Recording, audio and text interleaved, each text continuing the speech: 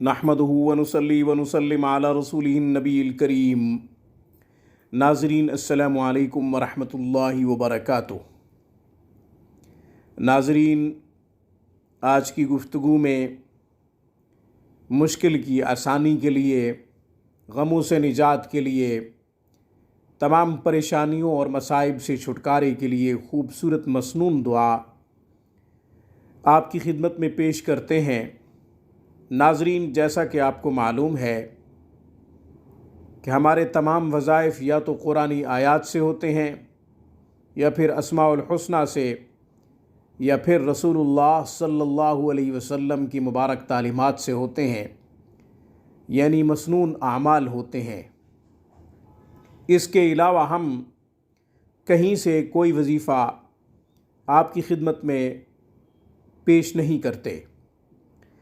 ناظرین، ہمارے ہاں قرآنی آیات، اسماء الحسنہ اور مسنون دعائیں تمام دکھوں کا سہارا ہیں، تمام مصائب کا، تمام مسائل کا حل ہیں۔ ان تینوں کے علاوہ کسی چیز میں مسلمانوں کے دکھوں کا مداوع نہیں کیا گیا ہے، اور نہ میں سمجھتا ہوں۔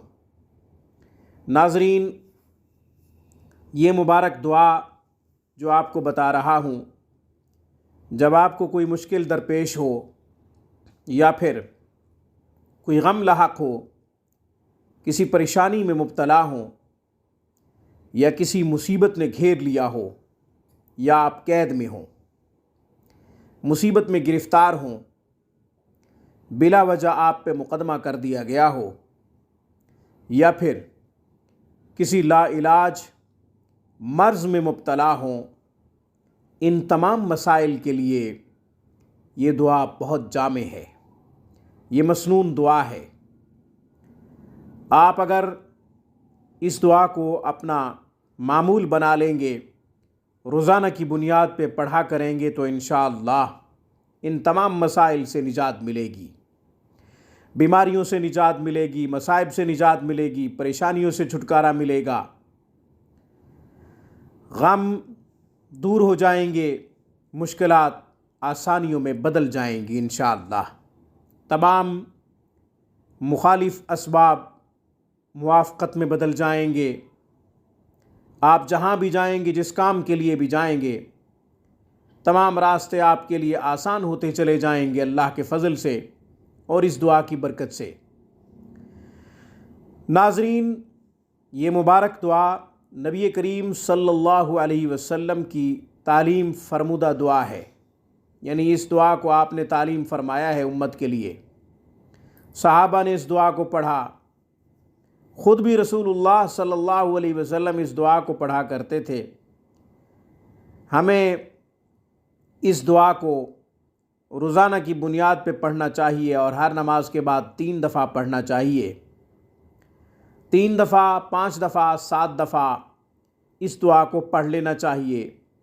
اس یقین کے ساتھ پڑھیں کہ تمام مشکلات آسان ہو جائیں گی، تمام مصائب، تمام مسائل، تمام پریشانیاں، تمام غم دور ہو جائیں گے، الجھنیں سلجھ جائیں گی انشاءاللہ۔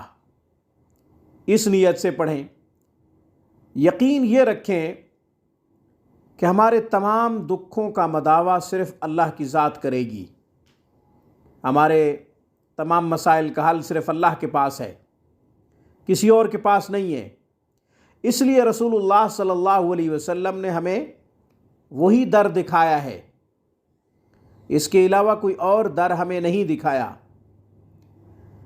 جو کوئی ہمیں کوئی اور دروازہ دکھاتا ہے، وہ خود بھی گمراہ ہے، ہمیں بھی گمراہ کرنے کی کوشش کر رہا ہے۔ ناظرین، اللہ کے غیر کے پاس کچھ نہیں ہے، سب کچھ اللہ کے پاس ہے۔ ہم وہ دعا لکھ بھی دیتے ہیں، صحیح حروف کے ساتھ پڑھ بھی دیتے ہیں، آپ یاد کر لیجئے، ہر نماز کے بعد پڑھا کیجئے 3 دفعہ، 7 دفعہ، اس یقین کے ساتھ کہ تمام مسائل کا حل صرف اللہ کے پاس ہے۔ وما ننزلہ الا بقدر معلوم، اللہ تعالیٰ کے پاس ہیں اندازے کہ کب کچھ ہوگا، کس وقت ہوگا، کون سے وقت میں کیا ہونے والا ہے، اللہ کو معلوم ہے۔ یہ اندازے سب اللہ کے پاس ہیں۔ ناظرین، آج کی گفتگو میں بس اتنا ہی۔